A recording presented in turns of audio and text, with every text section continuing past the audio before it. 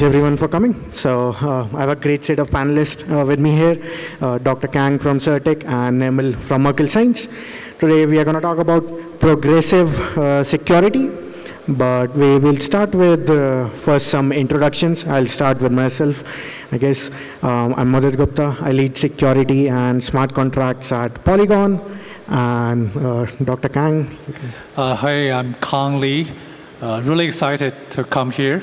I'm the Chief Security Officer at Certik. Certik is the leading Web3 auditing company. We are the largest one in terms of number of clients. And according to the CMC, the project list, about 70% of the project on the list are our customers. I'm Nirmal. I'm the CTO and co-founder at Merkle Science. Merkle Science is a blockchain analytics and a forensics company. We work with Web3 companies. We help them with transaction monitoring and wallet monitoring and basically staying compliant with local regulations. We also work with regulators and law enforcement agencies. We help them with blockchain forensics and tracing stolen funds through things like coin mixers, cross-chain bridges, etc. Thank you. So before talking about the Web3 security approaches, I think let's dig into the threats a little bit. What are we protecting against? So tell me some of the most impactful threats or most dangerous threats you see in this space right now. Okay, I can go first. So the most dangerous or the impactful, threat, right?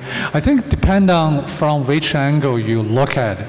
If you look at the threat in terms of the amount of money being stolen, the threat mostly come from the private key loss or compromise. We have seen those a lot, and that causes lots of damage.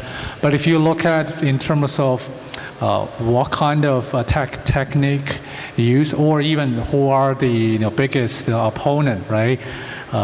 You can probably, for people pay attention in this area, like Lazarus, for example, they took lots of people's money, right? So that could be a big threat.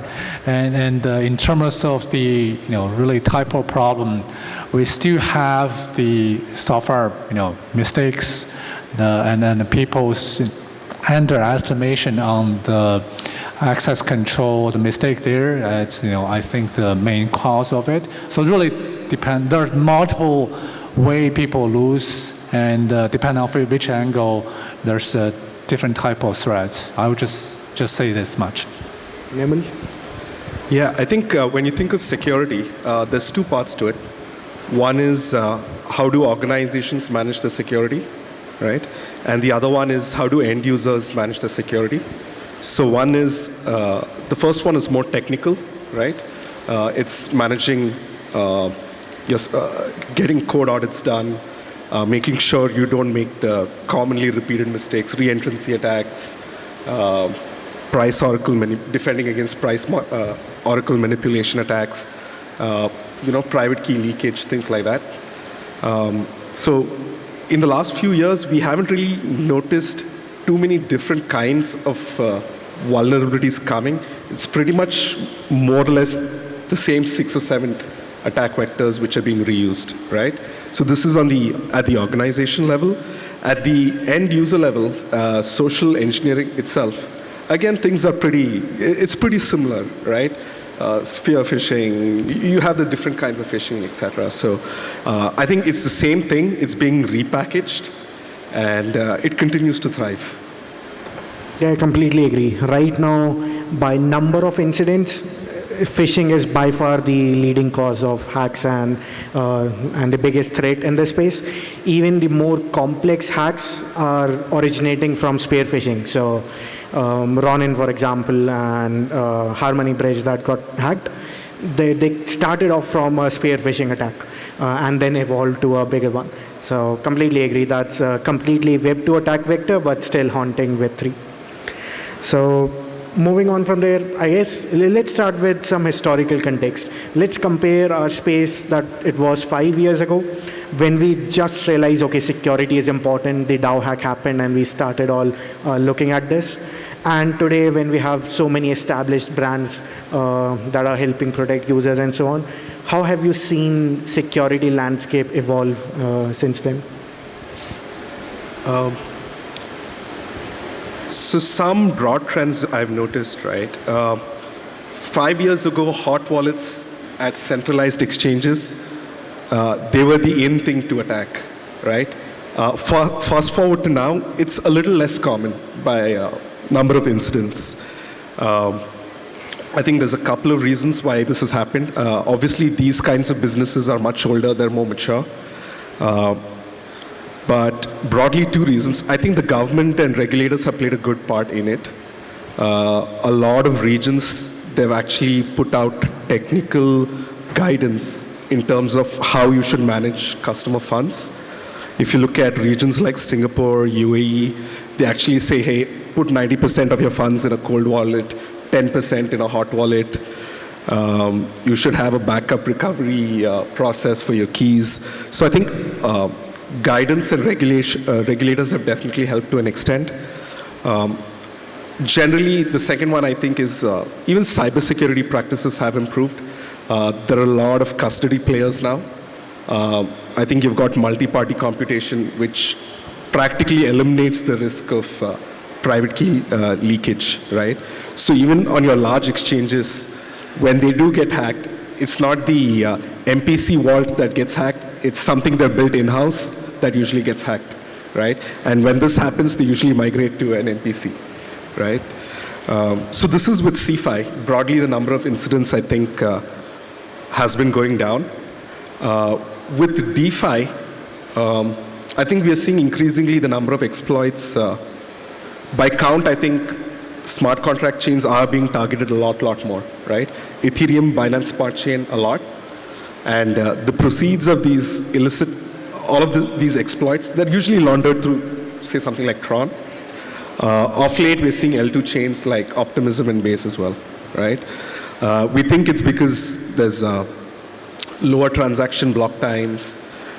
You've got swaps where you can convert a certain token to another token, and then you can use, say, cross-chain bridges and move them to another bridge, right? So better cybersecurity in CeFi, followed by all of these factors on DeFi, right? You're going to see crime on these smart contract chains generally increase over the future. So I add a few things. So for the experience 5 years before and now, what we see is at least there are things changed, there are things didn't. For the things changed, for the code we look at, like the type of bug we have seen, we actually see the developer improve. We start to see, almost everyone in Solidity use safe mass, right? The simple overflow type of problem now appear as often.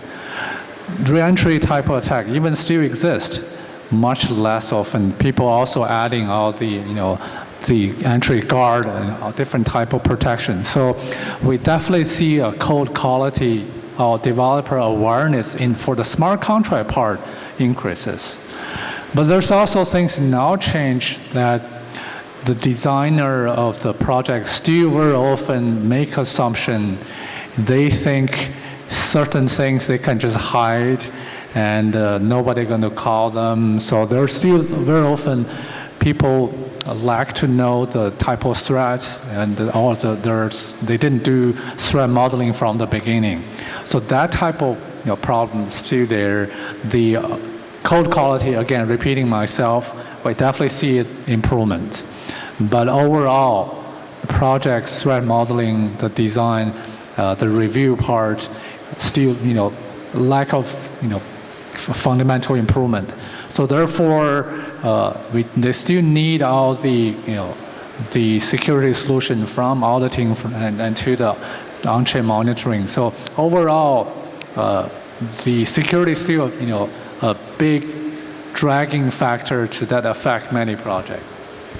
Yeah, completely agree. Like some practical examples I can also give, like a lot of focus has moved on to security in this space in the last 5 years. People weren't really caring about it. So now you'll see the amount of expenditure being done on security is much higher.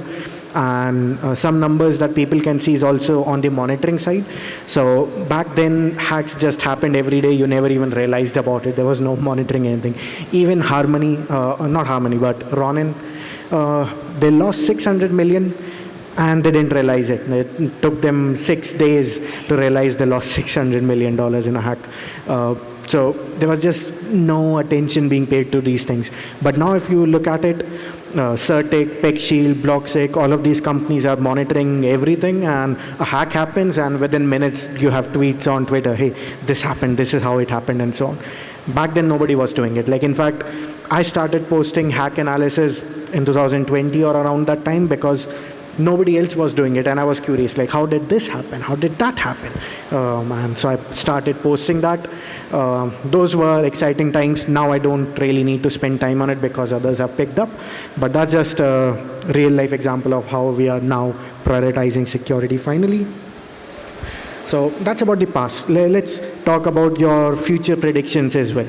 Let's say in the next 3 years, how do you see the security landscape evolve? What sort of tools or services do you think will pick up more? I would say I'll make two predictions. Right? One is certainly from the vendor's point of view, right?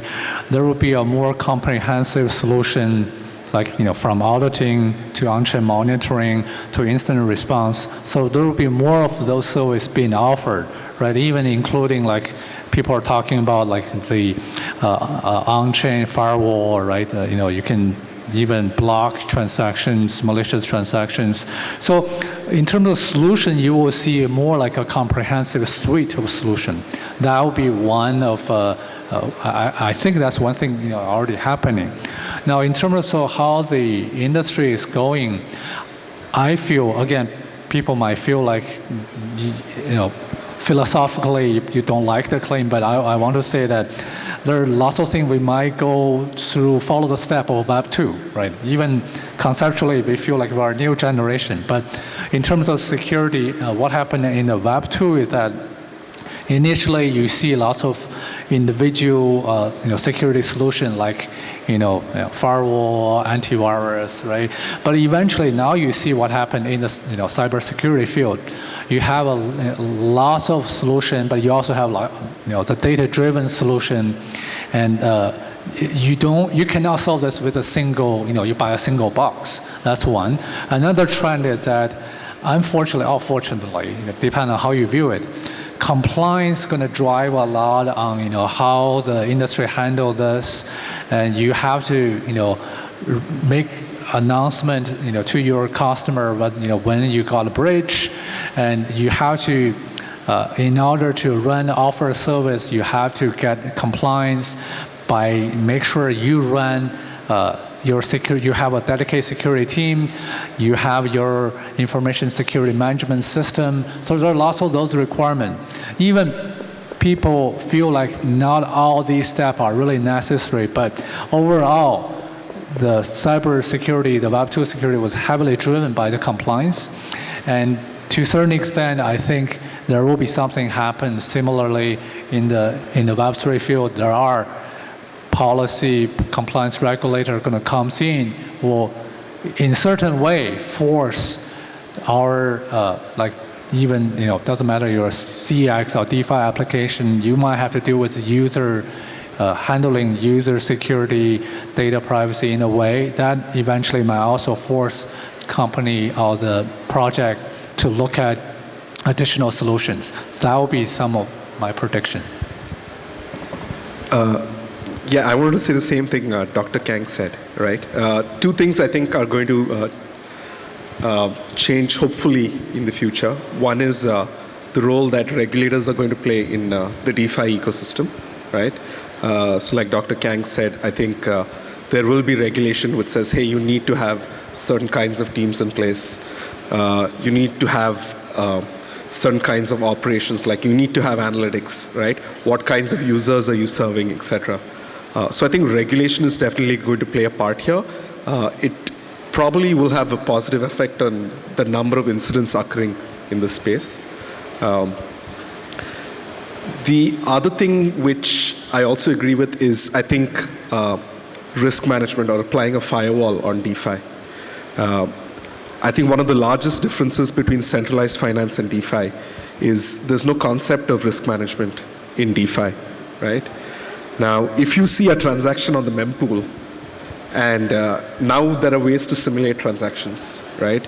If you can predict that this transaction is going to drain all of your balance, why are you going to let that process, right? This technology already exists, but we don't really see it being implemented in commonplace, right? This is an example of a risk management practice, which I think will start coming in the next 5 years, right? Another example is, hey, you know that a wallet address has been involved in bad behavior, right? He's stolen funds from another DeFi protocol. Why are you letting him swap out of your platform, right? Or if you have a list of bad IP addresses, why are you letting them transact? And this isn't something that's already not happening. We already have customers who do stuff like this, right? So while the smart contract itself appears decentralized, on their front end and back end, for example, they're making API calls to our system, getting a risk score, and they're actually declining transactions in real time, right? So I think regulations and a firewall appearing for DeFi will be two of the larger changes in the next 5 years as well. That makes sense. And I completely agree with both of those takes. And it seems like we have all been agreeing so far. So let's make it a little spicy. I'll throw in some questions where I think there might be some disagreements. So, okay, let's start with a quick one. Tell me the most underrated and the most overrated security tool or practice in this space. One underrated, one overrated. I will first, this is again a personal opinion, very controversial. Okay, I saw a term I think this is overrated, a technology. Right? It's called formal verification. Okay, so even we do formal verification. We actually, our founder are actually academia researcher, really well known on formal verification. I think it's in a way overrated in the sense that especially some of the player, I'm not going to name it. I think they overstated its power. Okay, they have certain place is really good. You can use formal verification to verify certain properties, but there's two problems with it. Number one, you need to have someone to prepare all those properties. You need to say what you're going to verify, okay? And very often, having that development is really difficult. Second, you can only verify those properties you defined, right? You can only say, oh, I can make sure this code follow this, have all this property, which is good. But that does not equal to tell you this is safe or this is secure. So there's I say it's overrated because people oversell it. It's a great technology. It has its use, and in fact, Certik we are probably an expert in it. But if someone tell you, let's just use, formal verification, then you're done, right? You're completely safe. That's bullshit. That's again, that's my personal opinion. Even I work for Certik. Certik does formal verification a lot, but I think we need to make the right claim. Okay. Yeah, 100%. That makes sense. In fact, I won't say it's overrated, so we have our first disagreement, but I completely agree with the fact that it's not sold correctly. Formal verification does not guarantee you that it's hack-free. It guarantees you that certain properties hold, and that's a very good tool. So I would actually put it in underrated category, just marketed incorrectly. But would give you a chance to state one underrated tool or service or company in this space as well.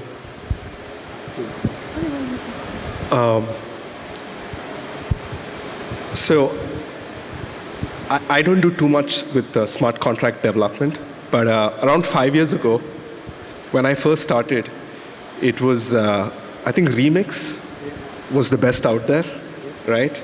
And around a year ago, I started trying this again. I really like how much the ecosystem's developed, right? Whether it's Open Zeppelin, or even these, even the frameworks like Truffle, Brownie, etc., right? Definitely not as much love as I think needs to be out there for these kinds of frameworks. I think they definitely do take some security risks off the plate, but yeah, I'd definitely say maybe Open Zeppelin is something which doesn't get as much respect as it should. Yeah, makes sense. I completely agree with that. OZ folks are great. So from my side, if I had to say one overrated thing, I would say gas golfing.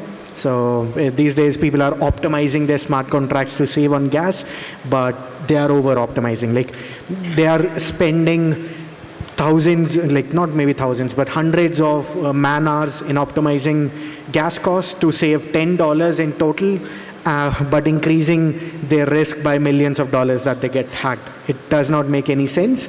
It's just sort of like a competition who can optimize it more, but that's super overrated for sure. So that's one set of fun questions. Then we'll move on to another fun topic. I'm not sure if anyone would have conflicting opinions on this, but I know lots of people in this space have. So what are your thoughts on code as law? Yeah, this is a really interesting topic. I think in a way, our Web3 or crypto field are doing a huge experiment on code is law, right? So far, I think if you, like from a computer science point of view, I think we showed in a way that human, or at least our current development power ability, we still don't know how to write secure code.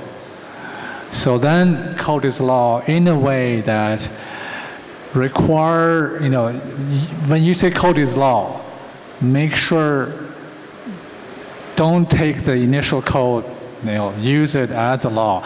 Make sure, try your best, do auditing, do security review, right? And so far, think about how much money the crypto field already put in, and we try to make, let's say, our global computing, right? Our community computing, to make it safe.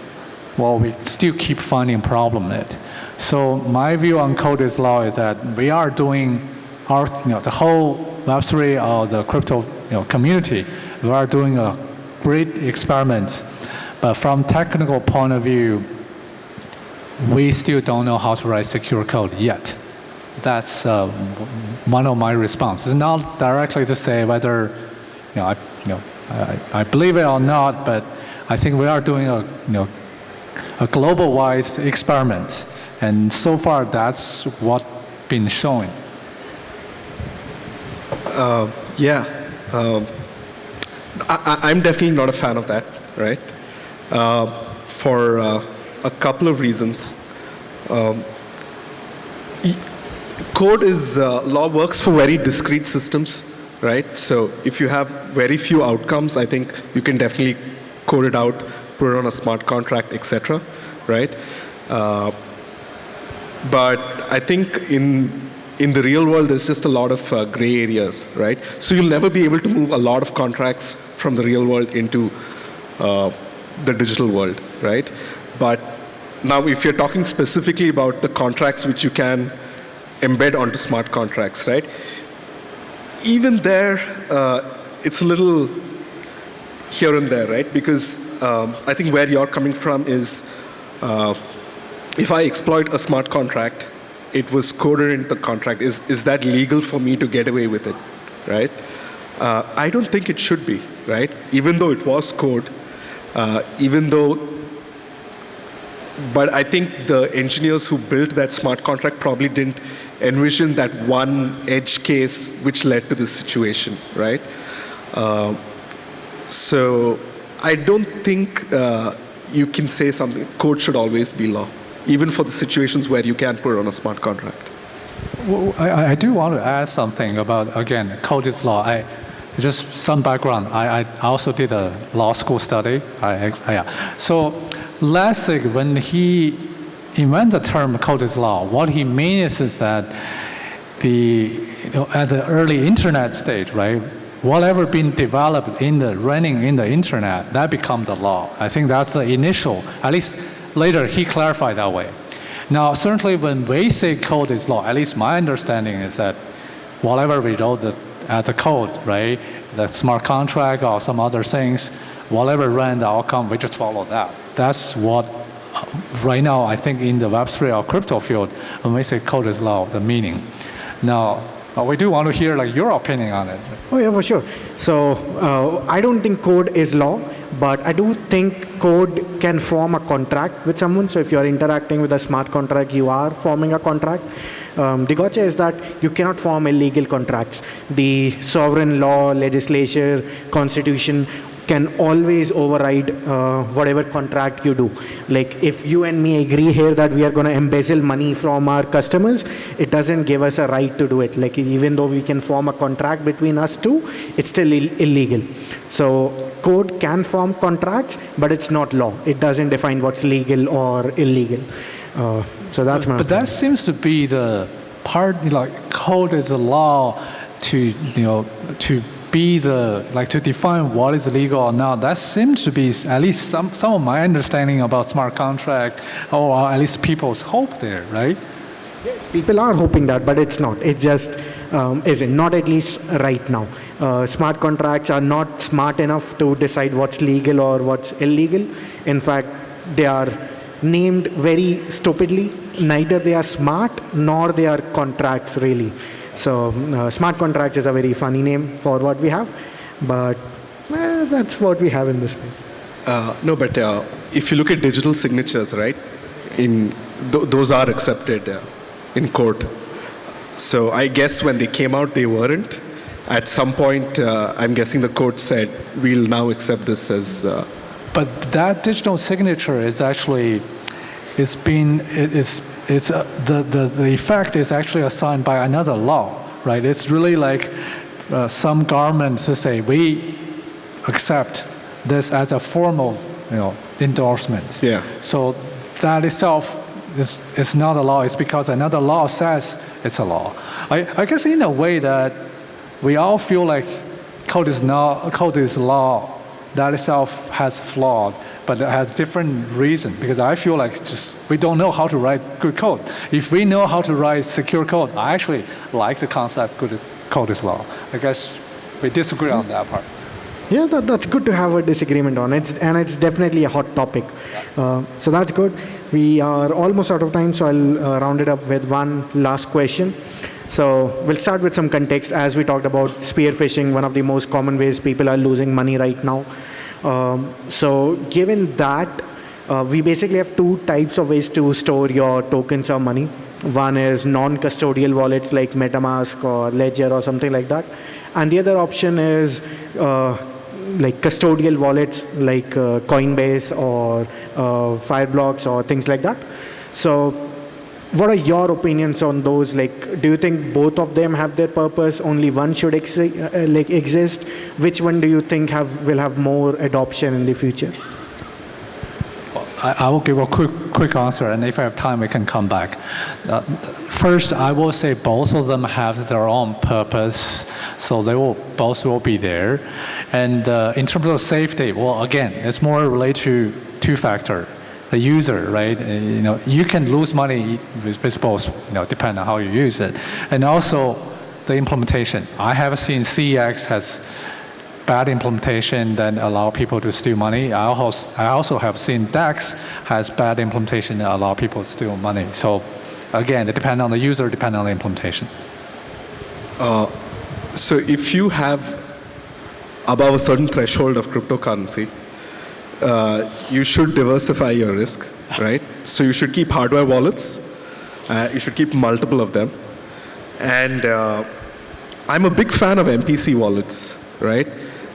So I think you now have Fireblocks giving out accounts for $500 a month. right? So if you have a reasonable chunk of crypto, you should definitely consider Fireblocks. It's fairly easy to manage, set up the recovery process. I'm not a fan of non-custodial solutions, honestly, like things like MetaMask, Brave, keeping track of your recovery seed. It's a little messy, in my opinion, right? Hardware wallets I like hardware wallets, and I like Fireblocks. I sort of agree to that.